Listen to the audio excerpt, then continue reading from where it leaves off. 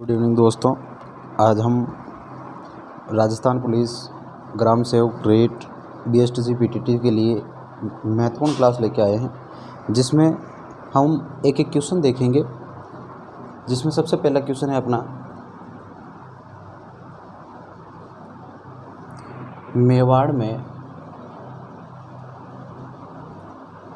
मेवाड़ में गोइल वंश के शासक की स्थापना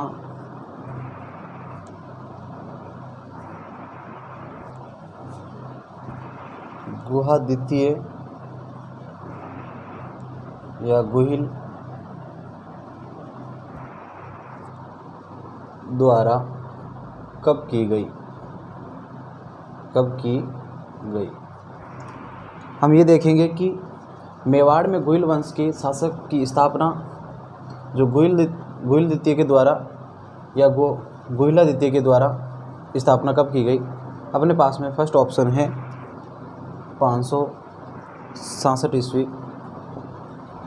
दूसरा ऑप्शन अपने पास में है 557। तीसरा ऑप्शन अपने पास में है 596 ईस्वी और अंतिम अपने पास में है 621 ईस्वी।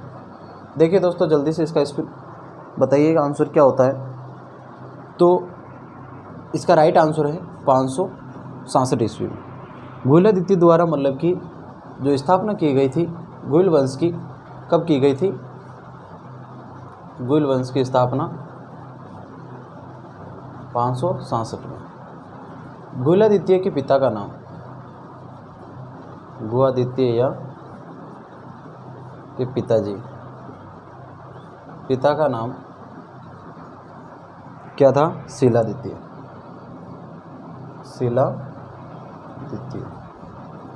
और माता का नाम पुष्पावती। क्या था? पुष्पावती। और गोहिला द्वितीय की जो पालन पोषण,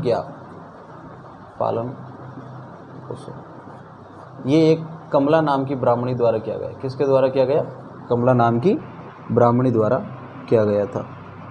उसके बाद देखिए दोस्तों, अगला क्वेश्चन लेके आ रहे हैं अपने सामने।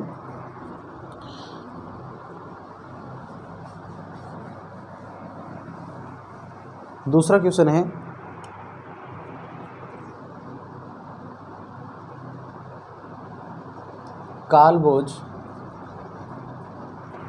कालभोज जिसको कहते हैं बप्पा रावल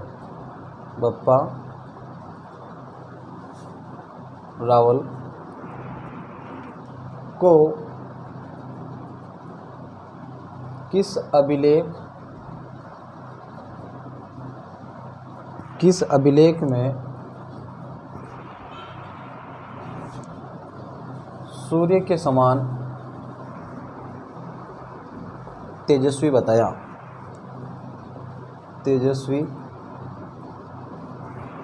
बताया गया? कौन से अभिलेख के अंदर बप्पा रावल कालभोज को तेजस्वी बताया था? किसके समान? सूर्य के समान।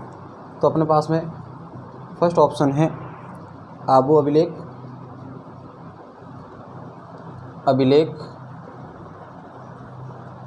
ब है अपने पास में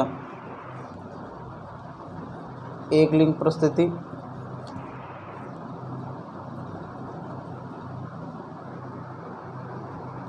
स ऑप्शन है अपने पास में आठपुर अभिलेख।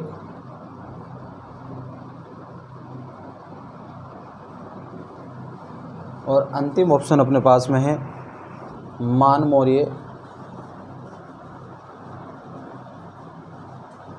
मौर्य शिलालेख।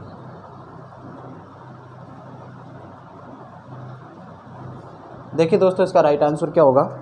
कालभोज बप्पा रावल को किस अभिलेख में सूर्य के समान तेजस्वी बताया गया? तो इसका राइट आंसर क्या हो जाएगा?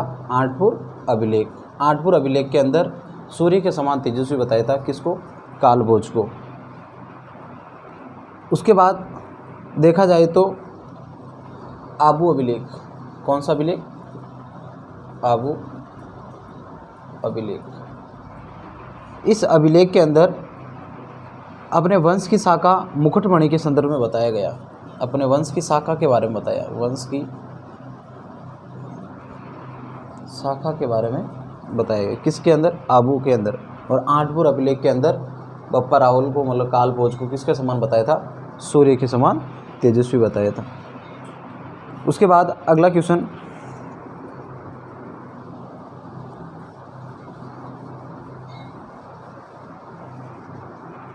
तीसरा क्वेश्चन अपने पास में,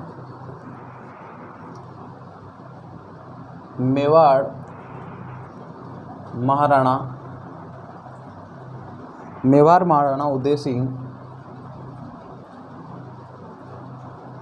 उदय सिंह ने किस शासक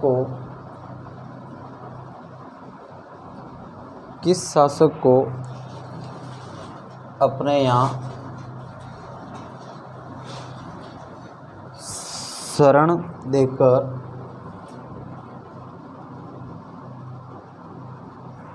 मुगल सम्राट अकबर को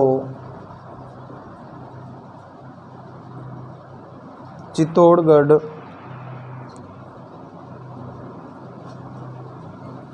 दुर्ग पर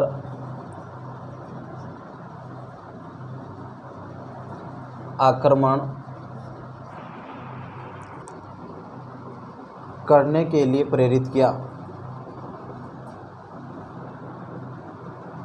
देखिए दोस्तों, मेवाड़ का कौन सा शासक मतलब कि महाराणा उदय सिंह ने किस शासक को अपने यहाँ शरण देकर मुगल सम्राट अकबर को चित्तौड़ के ऊपर आक्रमण करने के लिए प्रेरित किया था?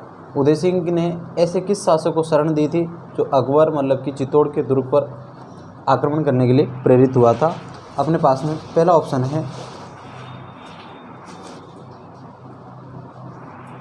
रावत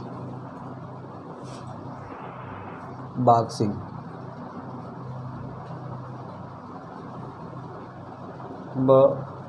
दूसरा ऑप्शन है अपने पास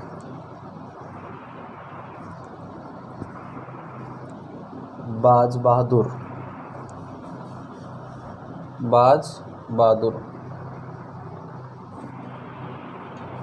और तीसरा ऑप्शन अपने पास में मेदिनी राय,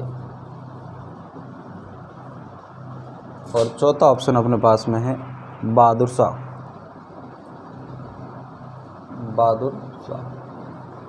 बाज बहादुर मालवा के थे शासक, मालवा, और बहादुर मांडवा के,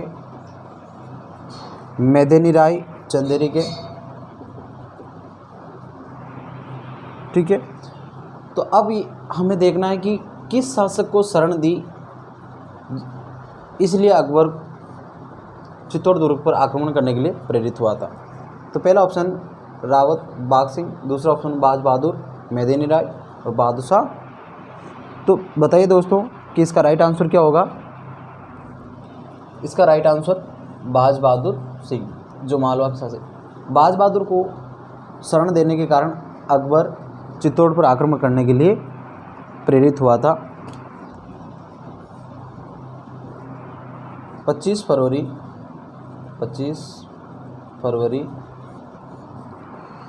1568 में अकबर ने चित्तौड़ पर अधिकार किया। अकबर ने चित्तौड़ पर अधिकार किया। चित्तौड़ पर अकबर ने अधिकार कब किया? 25 फरवरी 1568 ईस्वी में। उसके बाद देखिए अगला प्रश्न,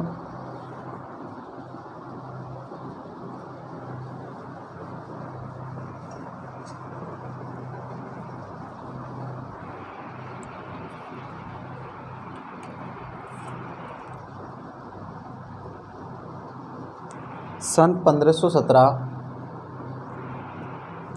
ईस्वी में महाराणा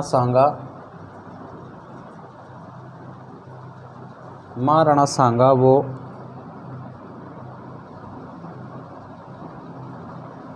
सुल्तान इब्राहिम लोदी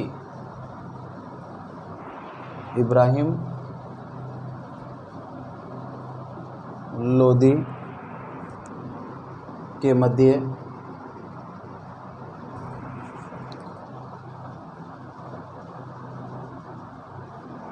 हाड़ौती की सीमा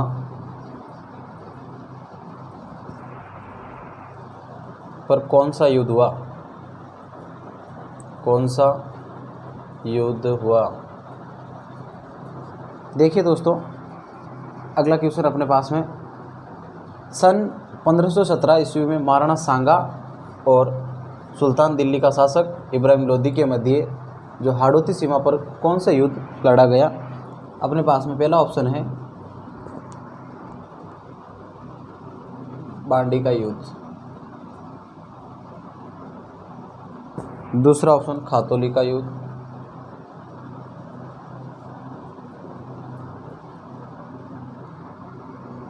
तीसरा ऑप्शन अपने बयाना का युद्ध, और अंतिम ऑप्शन अपने खानवा का युद्ध। तो जल्दी से इसका आंसर बताइए कि कौन सा युद्ध जो हाड़ौती सीमा पर हुआ था और महाराणा सांगा और सुल्तान इब्राहिम लोदी के मध्य। तो इसका राइट आंसर क्या हो जाएगा? खातौली का युद्ध। इसका राइट आंसर क्या हो जाएगा?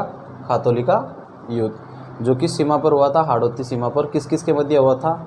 राणा सांगा और इब्राहिम लोदी के मध्य। देखिए बांडी का युद्ध 1519 में हुआ था। कब हुआ था? 1519 में। किस किस के मध्य हुआ था? इब्राहिम लोदी और सांगा के मध्य। वो सांगा। उसके बाद में बयाना का युद्ध, ये भी 16 फरवरी 1527। कब हुआ था? 1527। किस किस के मध्य हुआ था ये? राणा सांगा और बाबर के मध्य। राणा सांगा वो बाबर के मध्य। किस किस के मध्य हुआ था? राणा सांगा और बाबर के मध्य। उसके बाद खानवा का युद्ध 17 मार्च 1527। ये किस किस के मध्य हुआ था? सांगा वर्सेज बाबर।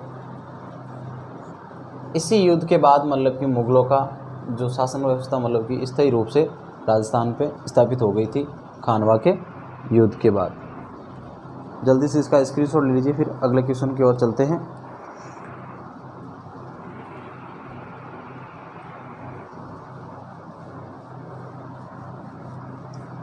देखिए दोस्तों, अगला क्वेश्चन अपने पास में, राजस्थान का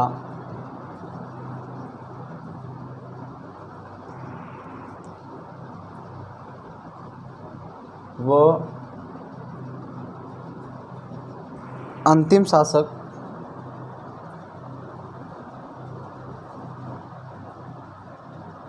जिसके नेतृत्व में भारत से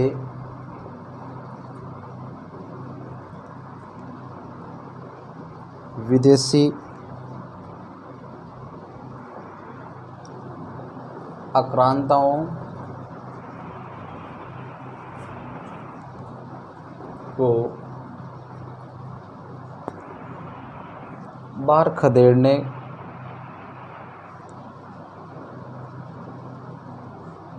खदेड़ने हेतु सभी राजपूत शासकों ने सहयोग किया।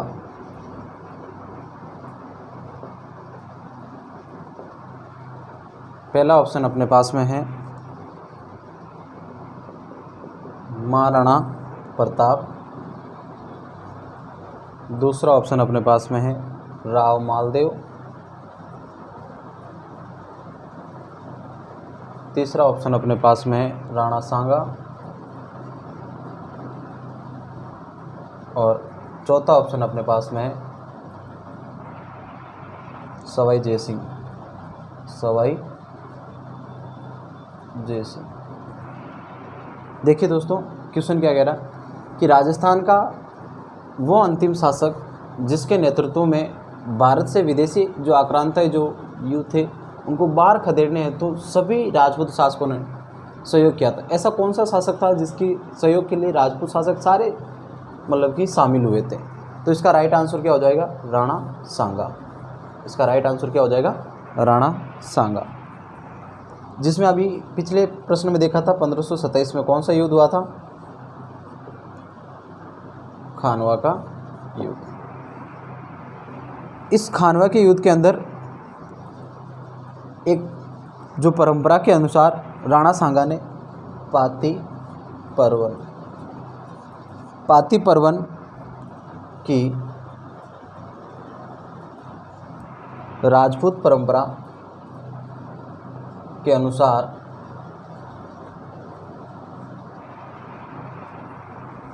प्रत्येक राजपूत और सरदार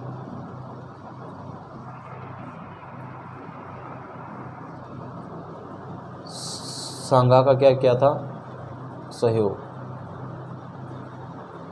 खानवा के युद्ध के अंदर पाती पर्वन लिखने के बावजूद मतलब कि सबको आमंत्रण लिखने के कारण राजपूत शासक जो पुरानी परंपराओं के अनुसार प्रत्येक राजपूत शासक और सरदार राणा सांगा का क्या किया था? सहयोग। किस युद्ध के अंदर? खानवा के युद्ध में। जिसमें खानवा के युद्ध का परिणाम क्या रहा था? राणा सांगा की हार हुई थी और विजय किसकी हुई थी? बाबर।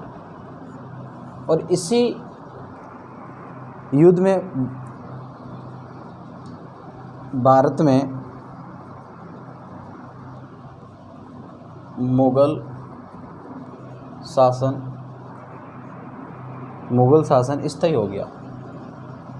क्या हो गया? स्थायी हो गया। किस युद्ध के बाद भारत में मुगल शासन स्थायी हो गया था? खानवा के युद्ध के बाद। उसके बाद देखा जाए तो अगला क्वेश्चन अपने सामने, जल्दी से इसका स्क्रीनशॉट लीजिए, फिर अगला क्वेश्चन लेके आते हैं।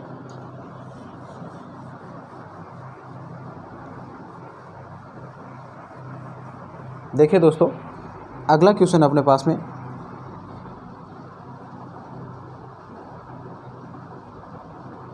चित्तौड़गढ़ दुर्ग का दूसरा शाखा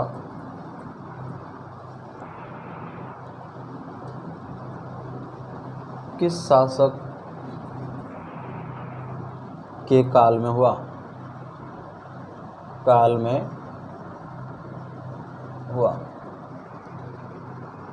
फर्स्ट ऑप्शन अपने पास में है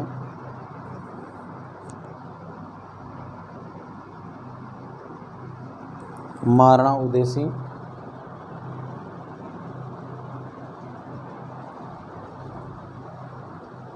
दूसरा ऑप्शन अपने पास में है महाराणा विक्रम सिंह।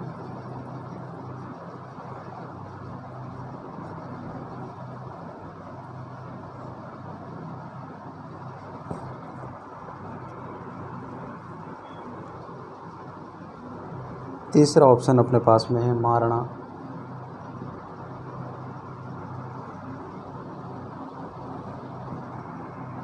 विक्रमादित्य। और अंतिम ऑप्शन अपने पास में है महाराणा जयद्रथ सिंह। तो इसका राइट आंसर क्या होगा? चित्तौड़ दुर्ग का दूसरा शाखा किस शासनकाल के अंदर हुआ था? तो इसका राइट आंसर क्या हो जाएगा? महाराणा विक्रमादित्य के शासनकाल में। किसके शासनकाल में हुआ था? महाराणा विक्रमादित्य के शासनकाल में। कब हुआ था? 1534 में। चित्तौड़ का दूसरा शाखा 1534 में और प्रथम शाखा कब हुआ था? 1301 में। रतन सिंह रतन सिंह के समय। किसके समय? रतन सिंह के समय। उसके बाद देखिए दोस्तों अगला क्वेश्चन अपने पास में, और इसके बाद एक चीज़ देखिए साका क्या होता है, ये भी देख लीजिए। देखिए एक होता है जौहर और एक होता है केसरिया और एक होता है साका। तीनों चीज़ें अलग अलग हैं। जौहर किसे कहते हैं, केसरिया किसे कहते हैं और साका किसे कहते हैं, ये तीनों चीज़ें आज थोड़ा सा डिस्कस करते देखते हैं। सबसे पहले देखते हैं केसरिया। केसरिया के अंदर क्या होता है कि ऐसी स्थिति हो जाती है कि जिस समय शासक या राजा को लगता है कि अब इस युद्ध में हमारी हार हो सकती है या हमें पूर्ण रूप से मतलब कि तैयार होके युद्ध में जाना, तो उस समय वो केसरिया वस्त्र धारण करके, केसरिया वस्त्र धारण करके युद्ध में चले जाते। और युद्ध के अंदर जब तक वीर गति को प्राप्त ना हो जाए तब तक मतलब वो अपने पूर्ण रूप से क्या करते, युद्ध लड़ते, और वहाँ वीर गति को प्राप्त होते उसको क्या कहते हैं, केसरिया। क्या कहते हैं, केसरिया। उसके बाद जौहर क्या है, केसरिया होने के बाद जो सतरानियाँ होती हैं जो अपने स्वाभिमान के लिए अपने जो पति के साथ में पीछे क्या करती है, जोर। जोर किसके द्वारा किया जाता है, स्त्रियों के द्वारा। किसके द्वारा, स्त्री के द्वारा। और केसरिया पुरुष करते। कौन करते, पुरुष। और जहाँ केसरिया और साका दोनों होते उसको कहते हैं साका। केसरिया और जोर दोनों होते उसको कहते हैं साका। तो राजस्थान का प्रथम साका भी मतलब कि कौन सा है, चित्तौड़ का साका।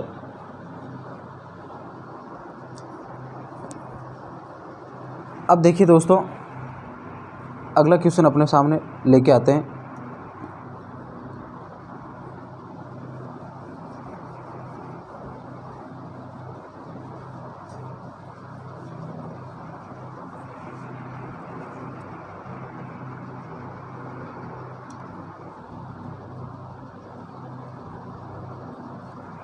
मेवाड़ के वीर सेनापति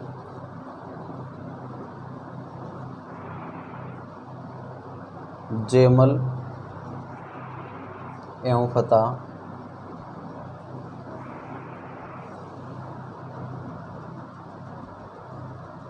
किस युद्ध में वीर गति को प्राप्त हुए, वीर गति को प्राप्त हुए। अपने पास में प्रथम ऑप्शन है 1567 का युद्ध। दूसरा ऑप्शन 1576। तीसरा ऑप्शन 1534 और अंतिम अपना ऑप्शन है 1542। 1567 का युद्ध अकबर और उदय सिंह, अकबर व उदय सिंह के। उसके बाद 1500 जो ये अकबर व प्रताप, हल्दी घाटी का युद्ध, हल्दी घाटी का युद्ध। उसके बाद 1534 में बहादुर शाह के साथ और 1582 में दिवेर का युद्ध।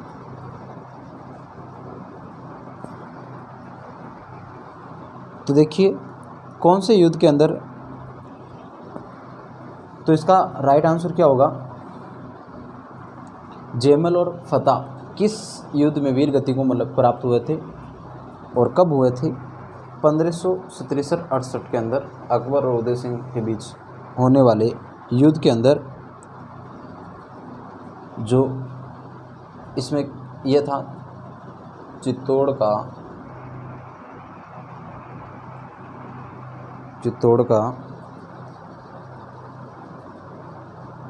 तीसरा शाखा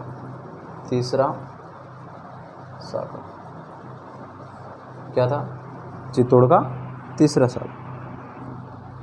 इसी में जयमल और फतेह मल्लब की वीर गति को प्राप्त हुए थे। चित्तौड़ के तीसरे शाखा में कब हुआ था? 67-68 के अंदर, 67-68 में।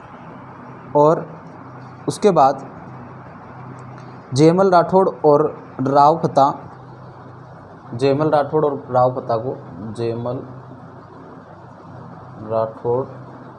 वो रावत फतेह की वीरता को देखकर, इन दोनों की वीरता को देखकर अकबर ने हाथी पर सवार इनकी प्रतिमा आगरा में लगाता। कहाँ लगाता है? प्रतिमा आगरा में बनवाता, किले के में स्थापित करवाता। आगरे के किले के अंदर स्थापित है। किसकी प्रतिमा? जयमल राठौड़ और रावत फतेह की। किसके द्वारा करवाई जाती है? अकबर के द्वारा। इनकी वीरता को देखकर, उसको देखकर वीरता को। चित्तौड़ का प्रथम शाखा देख लेता 1301 में, दूसरा 1534 और तीसरा 1567 के अंदर। उसके बाद अगला क्वेश्चन देखिए, जल्दी से इसका स्क्रीनशॉट ले लीजिए, फिर अगला क्वेश्चन देखते हैं।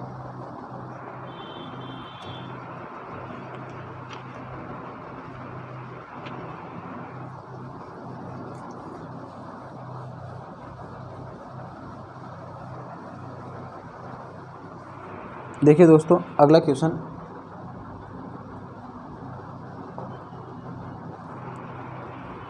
मेवाड़ के उदारक के रूप में किसे जाना जाता है? किसे जाना जाता है? मेवाड़ का उदारक। प्रथम ऑप्शन अपने पास में, फर्स्ट ऑप्शन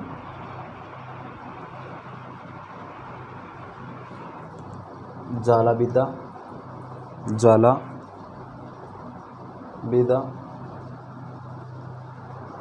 दूसरा ऑप्शन भामाशाह,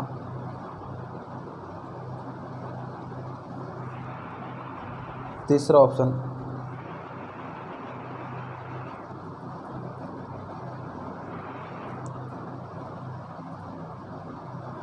राम सिंह और चौथा ऑप्शन महाराणा प्रताप।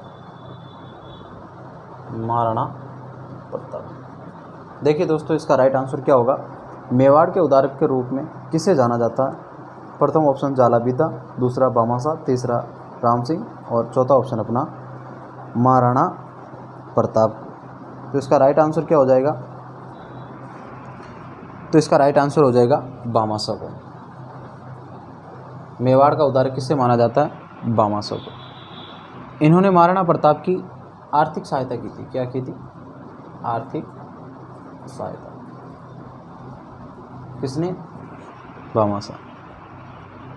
मेवाड़ की रक्षा के लिए योगदान दिया था, जिनका जन्म माना जाए तो 1547 का। कब हुआ था? 1547। और इनके पिता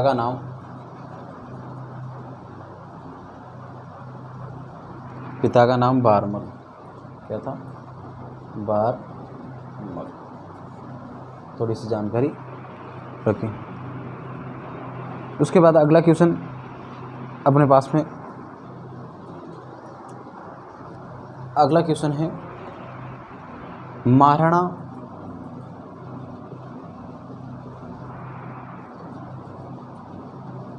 प्रताप ने अंत में अपनी राजधानी किसे बनाया? महाराणा प्रताप ने अपनी अंतिम राजधानी मतलब कि किसको बनाया था? प्रथम ऑप्शन अपने पास में है गोगुंदा, दूसरा ऑप्शन अपने पास में कुंभलगढ़,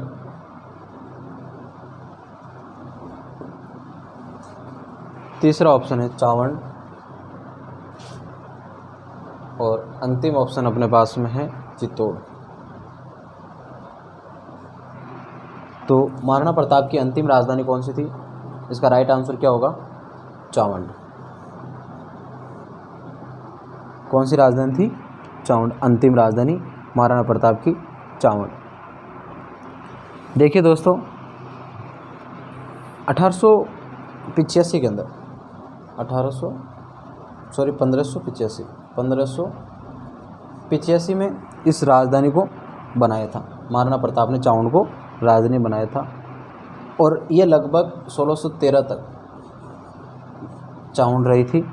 उसके बाद 1613 ईस्वी में महाराणा अमर सिंह को मुग़ल आक्रमण के कारण, इसके बाद में 1613 के बाद मुग़लों का आक्रमण हुआ। किसके ऊपर? चावंड पे।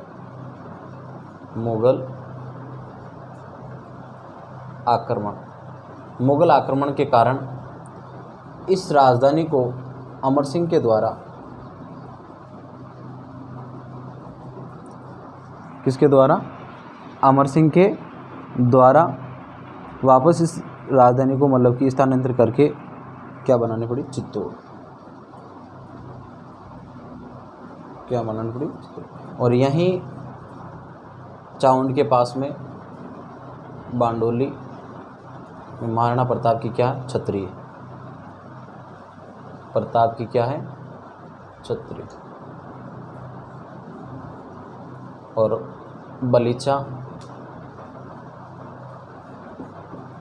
बलीचा में चेतक की छतरी। चेतक की छतरी। इसका जल्दी से स्क्रीनशॉट ले लीजिए, फिर लेके आते हैं अगला क्वेश्चन। उसके बाद देखिए अगला प्रश्न,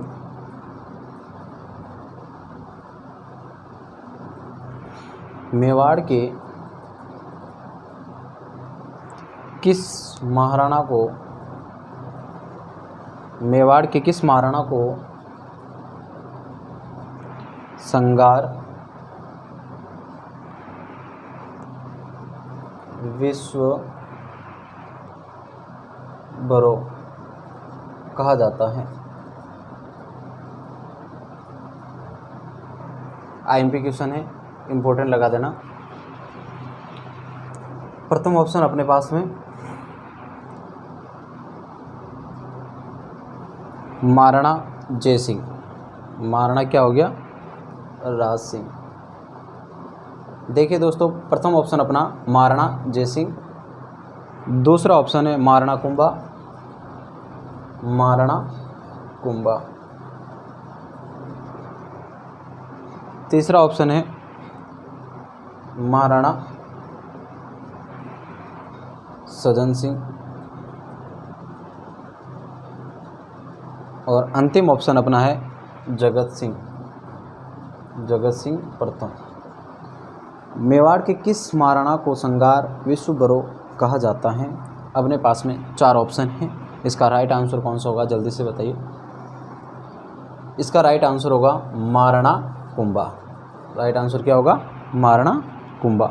महाराणा कुंभा एक प्रतापी शासक था, जिसमें देखा जाए तो महाराणा प्रताप विद्या अनुरागी था, विद्या का ज्ञान। उसके बाद संगीत प्रेमी भी था, संगीत प्रेमी। उसके बाद में विद्वानों का सम्मान करने वाला, विद्वानों का सम्मान करने वाला। उसके बाद कवि भी था, वीणा वादक भी थे। वीणा वादक महाराणा कुंभा क्या था? वीणा वादक भी था। उसके बाद नाटक कला में भी विद्वान थे। नाटक कला के अंदर भी क्या थे? विद्वान। उसके बाद महाराणा कुंभा के देखा जाए तो स्थापत्य कला का जनक आ जाता है। स्थापत्य कला का स्वर्णिम युग काल कहा जाता है महाराणा कुंभा का काल। उसके बाद जैसे संगीत मीमांसा, संगीत मीमांसा, सूड प्रबंध, सूड प्रबंध, संगीत राज, संगीत राज आदि इनके क्या है ग्रंथ। महाराणा कुंभा की उपाधियाँ भी राजगुरु, हालगुरु, बहुत सारी मतलब इनकी उपाधियाँ। देखिए दोस्तों अगला क्वेश्चन, जल्दी से इसका स्क्रीनशॉट ले लीजिए, फिर चलते हैं अगले क्वेश्चन की ओर।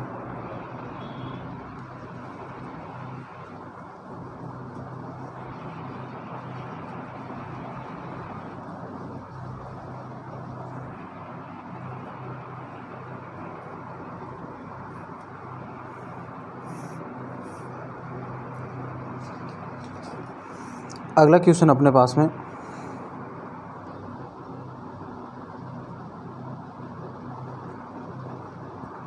महाराणा अमर सिंह, महाराणा अमर सिंह फर्स्ट ने शहजादा खुर्रम, शहजादा खुर्रम से संधि कब की, संधि कब की? अमर सिंह प्रथम ने शहजादा खुर्रम के साथ में संधि कब की थी? प्रथम ऑप्शन अपने पास में है 5 फरवरी 1615, दूसरा ऑप्शन अपने पास में 4 मार्च 1616, तीसरा ऑप्शन अपने पास में 24 मार्च 1616 और अंतिम ऑप्शन है 18 फरवरी 1615। तो इसका राइट आंसर क्या होगा जल्दी से बताइए कि महाराणा अमर सिंह और शहजादा खुर्रम के बीच में संधि कब हुई थी? तो इसका राइट आंसर हो जाएगा 5 फरवरी 1615 में। कब हुई थी? 5 फरवरी 1615 के अंदर। इस संधि के अंदर शर्तें क्या थी? शर्तें जैसे देखा जाए तो महाराणा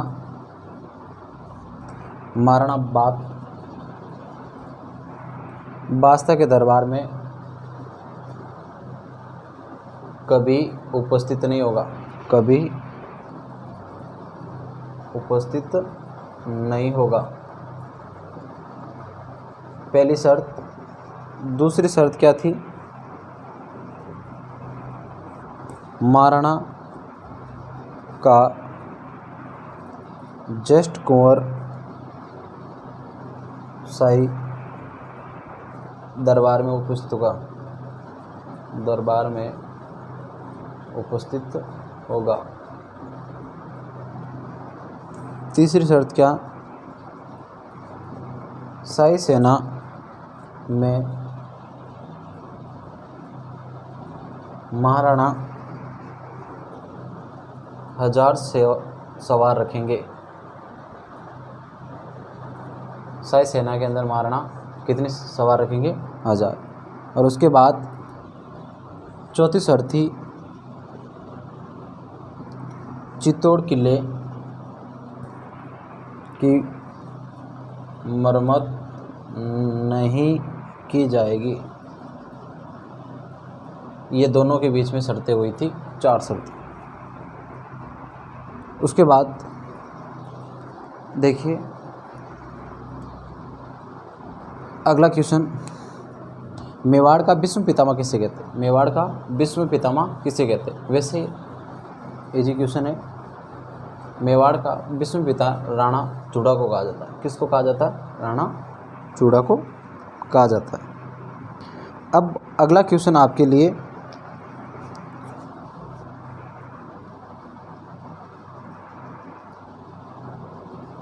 नरलिय भरत किसे कहा जाता है? किसे कहा जाता है? इस प्रश्न का आंसर आप मुझे कमेंट बॉक्स के अंदर देंगे। Thank you.